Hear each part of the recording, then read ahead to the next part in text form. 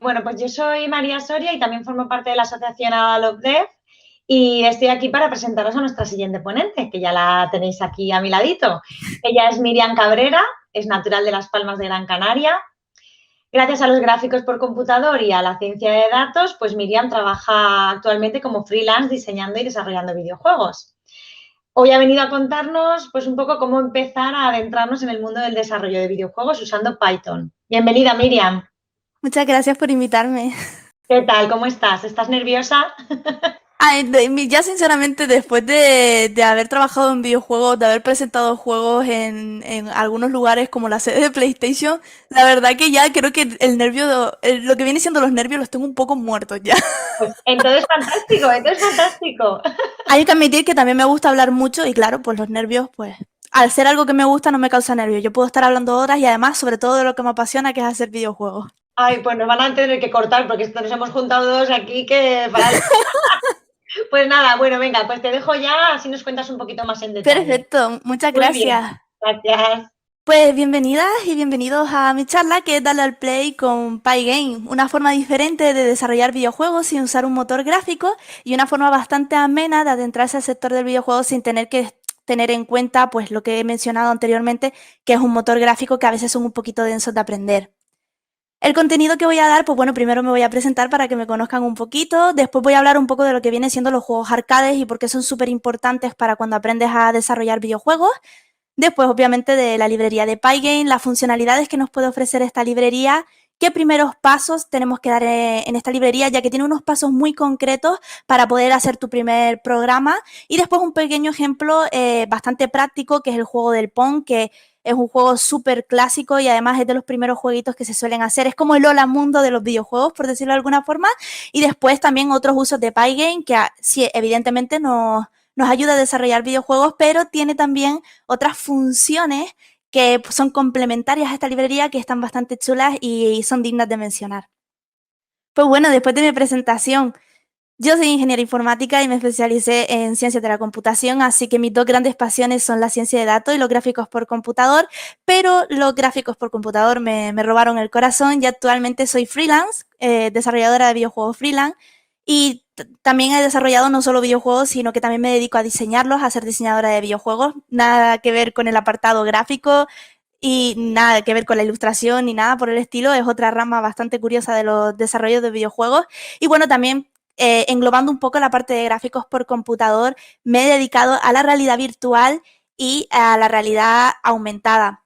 De hecho, pues ahora mismo he trabajado, como bien dije, presenté un juego en PlayStation y todo esto porque participé en la edición de 2019 del programa de talentos que hay en España de PlayStation Gamescom, desarrollando un juego con mi equipo Papas con Mojo Games. Y aparte, pues bueno, como freelance he tenido la oportunidad de trabajar con empresas geniales como Singular, Two Awesome Studio y actualmente estoy trabajando con el Normal Team que está desarrollando un juego que se va a publicar no solo a nivel internacional, sino también en China.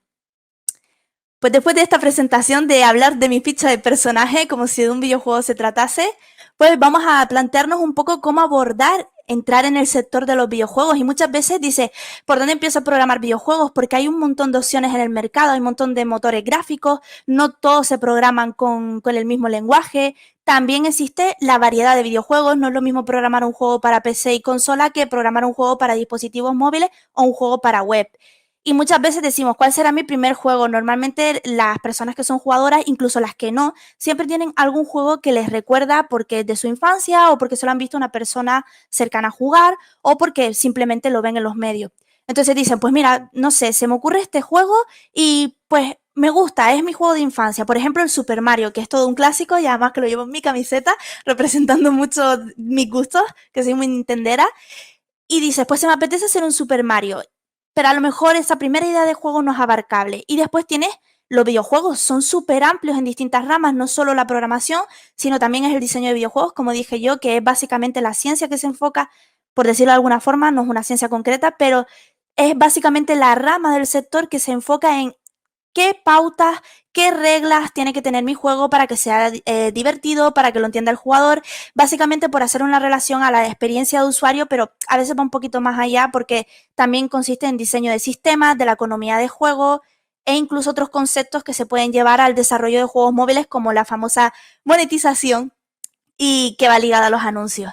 Entonces, claro, son muchos aspectos, el diseño de videojuegos, la parte artística, los sonidos, la programación. Entonces, lo primero que te planteas y que realmente llama mucho la atención en los videojuegos es el apartado gráfico. Y dices, lo haré en 3D, en 2D, y muchas veces también las personas asocian a que el sector del videojuego genera muchas ganancias, como también suele pasar a veces.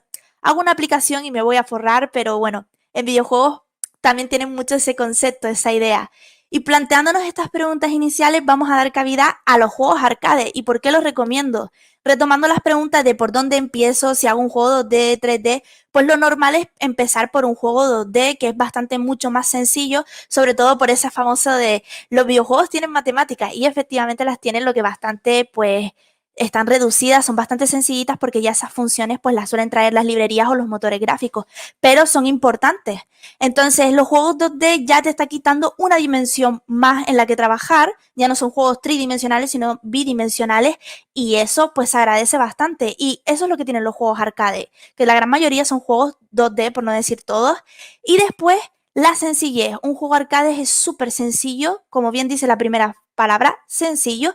Solo tienen una mecánica, por ejemplo, en el caso del Come Cocos, pues es un personaje que huye de los fantasmas y come bolitas, o por ejemplo, en el caso de el Space Invader, que es el mata marciano, una nave que mata marcianos. Es súper sencillo, está súper definido, y después son rápidos de hacer, como solo tienen una sola mecánica, los gráficos son sencillos, pues eso nos va a permitir trabajar sobre una misma cosa y cerrar proyectos, que yo siempre digo que cerrar proyectos independientemente de los videojuegos es súper importante.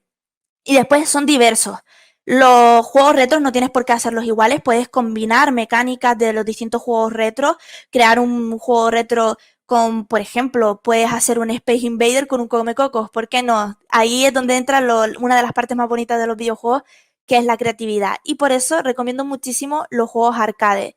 Aparte de que después, independientemente de que no queramos añadir una parte creativa, sino que queremos copiarlos e intentar seguir un juego arcade ya conocido, pues eso se hace muy ameno, porque hay una gran variedad, porque la historia de los videojuegos en la parte arcade es bastante rica y hay muchísimos juegos donde elegir para poder hacerlo. Aparte de que hay muchísimos tutoriales en internet, pues son juegos bastante conocidos. Y ahí es donde entra Pygame.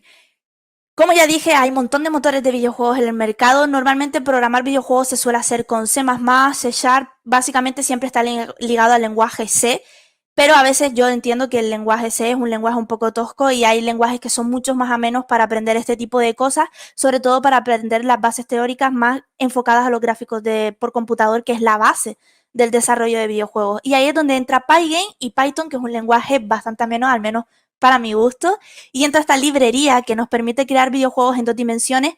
Actualmente no deja crear videojuegos en 3D, solo en 2D, y básicamente es orientada al manejo de sprites. Básicamente los sprites son las páginas que podemos tener de una animación de un personaje, y es básicamente trabajar con imágenes.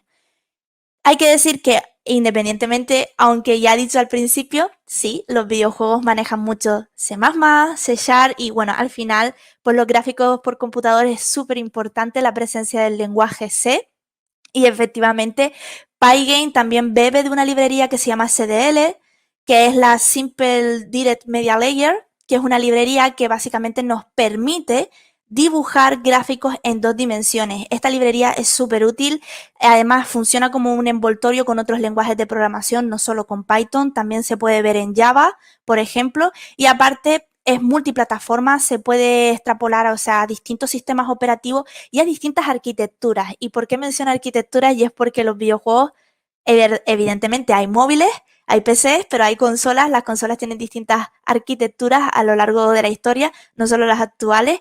Y por ejemplo, el SDL Library suele ser bastante útil para librerías, para arquitecturas un poquito más arcade, como puede ser la Dreamcast. Pues basándonos en esto, ¿qué nos ofrece Pygame para poder desarrollar videojuegos? Ya que ya he dicho una de las limitaciones, y es que no se puede desarrollar juegos con componentes en 3D. Pues bien, como ya dije, tienes el manejo de sprites, que es súper importante por si quieres hacer un juego con más variedad, como puede ser un plataformas como el Super Mario, que tienes tu personaje con una serie de animaciones, también tienes una serie de enemigos o incluso un entorno donde jugar. Los eventos. Los eventos son súper importantes para gestionar en los videojuegos distintas cosas que van pasando y ahora eso lo comentaré ahora posteriormente. ¿Por qué son tan importantes los eventos? La música, porque un videojuego sin música muchas veces pues no sería lo que es. Aparte no solo la música, sino también los efectos de sonido para intentar dar mayor experiencia, una mejor experiencia de usuario, intentando relacionar qué pasa en el entorno con algún efecto de sonido y evidentemente las maravillosas bandas sonoras o músicas que le podemos poner al juego para que pues bueno, tenga esa experiencia de usuario que tanto nos enriquece. Y obviamente dibujar.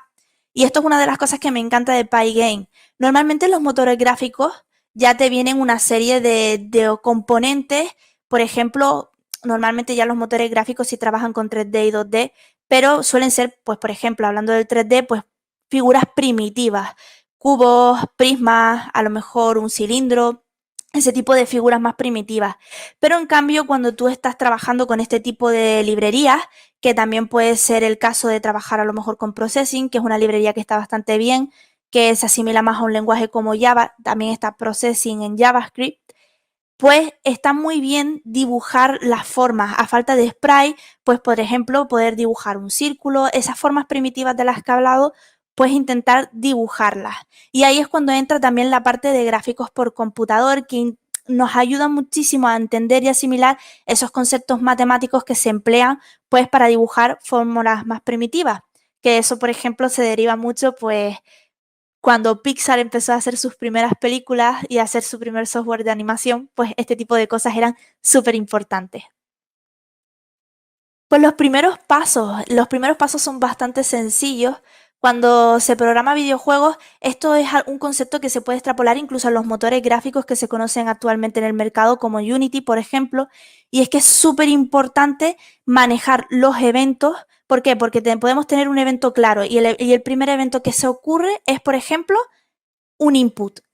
Tú pones un input de teclado y, por ejemplo, el personaje salta o el personaje se mueve. Entonces, toda esa gestión de eventos es primordial. Y después la actualización y dibujo en pantalla. En este caso, como Pygame es un poquito más primitivo, ya los motores gráficos, esas cosas como que hacen un poquito de magia negra por detrás y nos permite abstraernos a los desarrolladores de videojuegos de esa parte. En el caso de Pygame o este tipo de librerías, como dije, Processing, no ocurre. Entonces es súper importante actualizar en pantalla y dibujar, aunque en los motores de videojuegos se traslada como lo que conocemos los maravillosos frames, que hay que estar controlando siempre ese constante dibujo que se va haciendo en pantalla y todo ese refresh. Vamos a poner un poquito de código, aunque sea viernes por la tarde, ya casi 7 de la tarde en Canarias, 8 en Península, pero vamos a poner un poquito de código y vamos a intentar hacerlo un poquito menos. Esto básicamente sería como el hola mundo de Pygame, ¿no?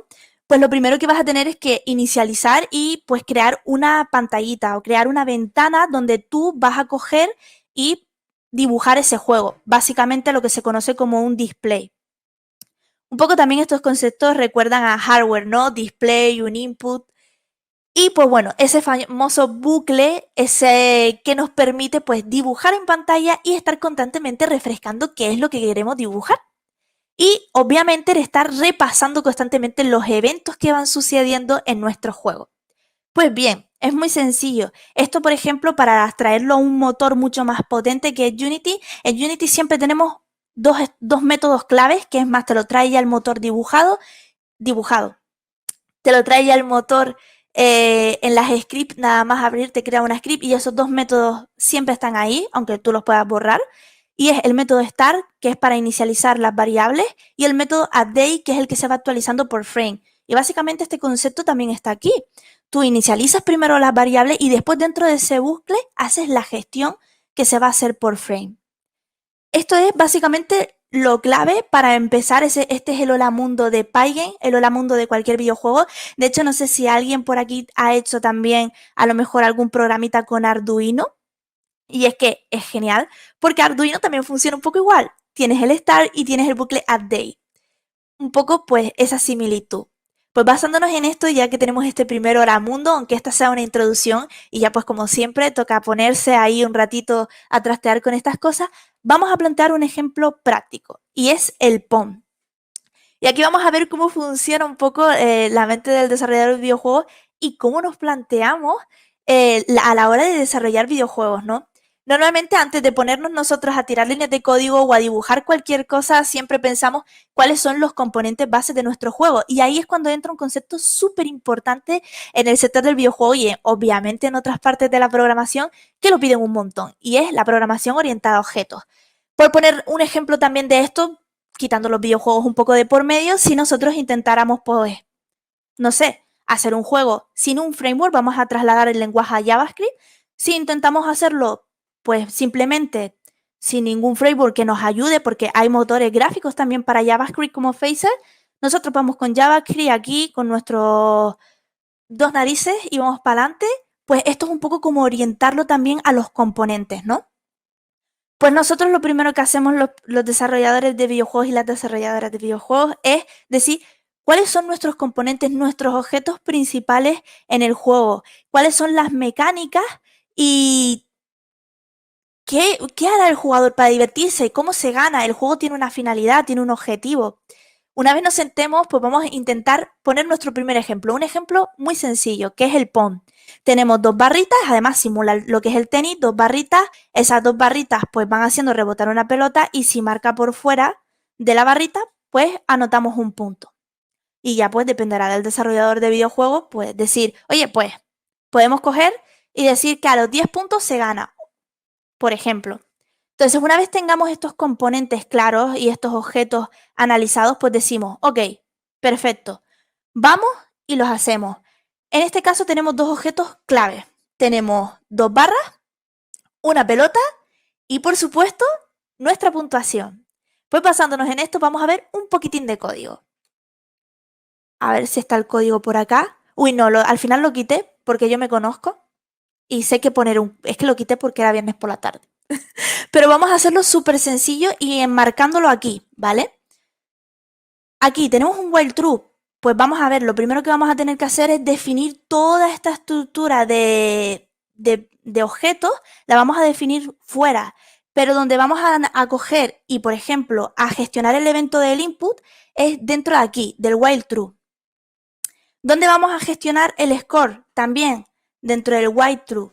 Todo este tipo de eventos, evidentemente, ya pues podemos hacer un clinco, hacer cositas más limpias y obviamente tener nuestros propios métodos donde gestionar el movimiento de las barras, donde gestionar también el score, donde gestionar la física de la pelota, porque al final la pelota va a rebotar entre las distintas cosas. Y también es súper importante, pues como ya ven aquí, hacer un método para poder dibujar, hacer un método para poder contar el score, como estaba diciendo, y hacer las clases que vienen siendo la programación orientada a objetos, hacer los objetos principales. En este caso tenemos las barras y tenemos la pelota. Y esto lo que nos va a hacer es ayudar y hacer un código más limpio y sobre todo si por nuestro juego en algún casual el día de mañana quiere crecer. Entonces, dentro de cada clase, pues evidentemente compartirán ciertos métodos, como puede ser dibujar, mover o golpear. Y volviendo al principio, todo esto ya viene previamente definido desde la parte de diseño de videojuegos. Yo les animo a que hagan algún jueguito simple y es precisamente por lo que viene ahora. Y es esos amigos que tienen Pygame para poder un poco pues diversificar más esta librería. Como bien dije, también me gusta mucho la ciencia de datos y una de las cosas para la que se puede usar Pygame es para poder hacer un juego y linkarlo o pues ligarlo al aprendizaje por refuerzo. Y esto deriva porque es súper importante también cuando estás haciendo aprendizaje por refuerzo tener un gym o un toy app. Un gym básicamente me refiero a un gimnasio donde puedes entrenar tu inteligencia artificial y es verdad que hay un montón de casos donde se han hecho pues inteligencias artificiales que aprenden a jugar a un juego concreto. Por ejemplo, el Pong es uno de ellos, el Arkanoid, que es otro juego que deriva del Pong, también parte de ahí y además pues Pygame trae también un poco pues lo que viene siendo la integración con aprendizaje por refuerzo. Y otra parte súper importante, como ya dije, pues ya que estamos haciendo juegos retro, también se puede utilizar un hardware para que esos juegos pues los podamos jugar, podamos simular, no sé, a lo mejor alguna consola y Raspberry pues tiene también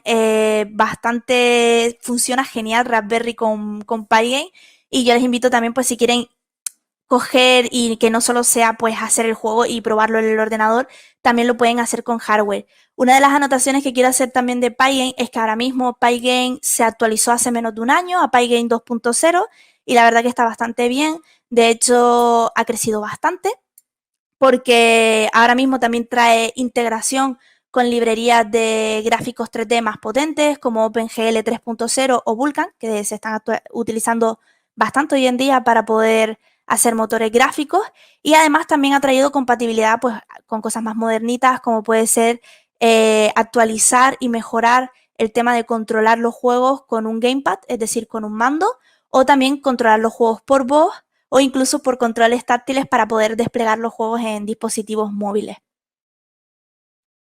Y bueno, pues muchas gracias. Yo sé que vamos un poquito justos y si me quieren hacer cualquier pregunta a esto o repasar alguna cosita de la charla que hayamos visto o por mis redes sociales, pues lo agradecería. Yo encantada de responder cualquier pregunta que tenga.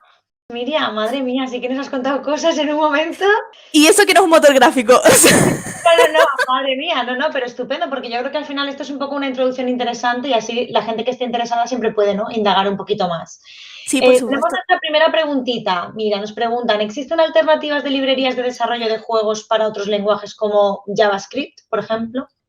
A ver, existen otras alternativas. De hecho, por ejemplo, incluso para HTML5 existe también Pico 8, pero también muy enfocado a jueguitos retro, juegos píxeles, nada de 3D. Y en el caso de JavaScript, me he visto casos que se pueden hacer perfectamente juegos sin ninguna librería o framework, pero existe un motor gráfico llamado Phaser que se usa para JavaScript. Está bastante bien, está bastante potente y se suele utilizar sobre todo para desarrollo web. Por ejemplo, Unity, que es un motor que se usa un montón actualmente. Sí es verdad que tú puedes desplegar para múltiples plataformas, para consola, PC, web, pero evidentemente con web lo que mejor va siempre es JavaScript, no HTML5, y este tipo de motores pues no suele ir bien. Y Phaser tiene una integración genial con JavaScript y si hay gente que quiera hacer juegos con JavaScript, yo siempre recomiendo Phaser. Estupendo, estupendo. Ah, mira, tenemos otra por aquí. Las empresas de juegos siempre piden gente con experiencia en el sector. ¿Qué consejo darías a la gente que quiere empezar? A ver, esta pregunta tiene miga. Tiene miga porque, a ver, yo tengo 25 añitos y yo no estudié videojuegos, yo estudié una ingeniería informática a priori y actualmente ni siquiera trabajo programándolos, trabajo diseñándolos y es algo que hasta hace poco se ha empezado a estudiar y a estar en el ámbito académico de las universidades. Y es verdad que una cosa que yo me he encontrado mucho en el sector del videojuego, aparte de que es complicado acceder, es que siempre es súper importante tener un portfolio, súper importante. Y hay eventos que se suelen hacer del sector del videojuego que son las Game Jams, que son pues como pequeñas maratones muy parecido al hackathon, pero en el que tienes un tiempo límite para poder desarrollar un videojuego en una temática concreta, muy parecido a los hackatones, pero de videojuegos. Y ahí pues puedes empezar a hacer tu pequeño portfolio, quién sabe te sale algún proyectito interesante en alguna Game Jam, lo puedes ir desarrollando y sumándolo. Y yo lo que veo mucho es eso, que tiran mucho de portfolio, de tener ese tipo de experiencias, ya que actualmente sí hay muchas oportunidades académicas de estudiar esto, pero está súper bien ver trabajo propio, ya que también es un sector bastante creativo. Así que mi consejo es hacerte tu propio portfolio y tener jueguitos con esencia tuya que enseñar, aunque no sea, a lo mejor no seas el mejor artista del mundo, porque yo soy programadora y arte, pues bueno, estoy aprendiendo un poco, pero no es mi fuerte, hay que decirlo, como programadora que soy, pero está bien intentarlo para yo decir, pues bueno, pues al menos tengo código que enseñar o se me ha ocurrido esto, ya que también suelen buscar un poco de versatilidad en el sector. Portfolio es la clave. Es la clave, ¿no? Así siempre sabes que tienes algo que enseñar, digamos, ¿no? Sí, lo piden, es súper primordial. Muchas veces incluso dicen, aunque no tengas experiencia, ¿qué me puedes enseñar que hayas hecho tú? Claro. Pues nada, ya lo sabemos, ya lo sabemos. Todo el mundo hace el portfolio. Exacto. Preguntan A mí me también, funcionó, ¿eh? ¿has visto? Mira, pues hablas desde la experiencia. Nos preguntan si Pygame tiene alguna API o alguna extensión para juegos multiplayer. ¿Netcode? No, en principio no. Para poder hacer juegos multiplayer yo suelo recomendar ya motores gráficos más potentes que suelen tener mejores integraciones. Ya ahí entraría algo como Unity o Unreal, que la verdad que tienen integraciones con un montón de APIs para poder desarrollar multiplayer. Por ejemplo, Unity tiene Photon o Spark, que también funciona súper bien. Y ya ahí yo recomiendo motores gráficos potentes y es lo que normalmente se suele usar. Incluso también es verdad que en grandes compañías que suelen tener sus motores gráficos propios, pues suelen tirar de un backend un poquito más custom, más hecho por ellos mismos y suelen utilizar, pues, por ejemplo, Java y ese tipo de cosas. Pero si quieres, por ejemplo, usar algo rollo Netcode y tal, Unity. Bueno, estupendo. ¿Sabes si es posible hacer juegos en Rust? No sé nada del tema, soy web expert. La verdad por delante. Bueno, es posible, a ver, no te digo que no, pero normalmente si quieres utilizar e intentar pues partir de una base de un juego ya hecho para poder hacer tus propios mods o cositas por el estilo, yo normalmente suelo recomendar o Minecraft, que ya está bastante curtido y la verdad que está genial para aprender, y si no, pues qué clásico, GTA. GTA ahora mismo tiene un montón de mods y que puedes aprender súper bien con ellos. Pero bueno, todos los videojuegos están abiertos a hacerse mods. Pero si quieres hacer algo un poquito más así, yo Minecraft y GTA es lo que suelo recomendar. Pero con Rust, pues bueno, sí, te puedes hacer un mod, ¿por qué no? Uy, madre mía, ¿ves? Bien, bien. Entiendo que la librería, al llamar al draw wall update, esto ya es un poco más concreto, controla la velocidad del while true. Y cada Es un frame. pasada del loop es un frame o un tick. Sí, es un frame, exactamente. De hecho, en Unity, cuando tú te vas a un motor gráfico mucho más potente, tienen ese bucle que lo que has denominado tú como update y siempre es per frame. Porque de hecho es lo que va a los videojuegos. De hecho, una de las cosas que se suele controlar mucho en los videojuegos cuando los intentas optimizar para consolas que suelen ser un hardware y una arquitectura muy específica y muy engorrosa para los desarrolladores, es pues precisamente controlar ese dibujado constante. De hecho, por ejemplo, lo más problemático siempre es las interfaces de usuario, si están muy recargadas. Entonces, controlar ese frame, ese dibujo es súper importante. Y lo dicho, es per frame. Al final un videojuego es todo gráfico y lo que se va a controlar es los frames que se dibujan en pantalla. Exacto. Bueno, te felicitan, excelente charla. Muchas gracias. La palabrita del emoji. Quiero ponerme a hacer cosas con Pygame ya mismo. Estupendo, bien, bien. Esto está bien. Así también Gracias. motivamos a la gente a que investigue, ¿no? Y que aprenda cosas nuevas. Yo encantada, cualquier duda que me digan y yo pues la respondo encantadísima. Para algo están mis redes sociales. Estupendo. Pues nada, creo que ya se nos acaba el tiempo, Miriam. Ha sido un auténtico placer tenerte con nosotros aquí. Nada, muchísimas gracias por haber Muchas gracias. compartido este ratito con nosotros. Ay, a ustedes por intentar también hablar de un poquito de una cosita diferente que yo sé que videojuegos, pues bueno, se suele ver poco y la verdad que me hace súper feliz hablar de lo mío también. Bien, muchas gracias. Pues A nada, chicos, ustedes. vamos.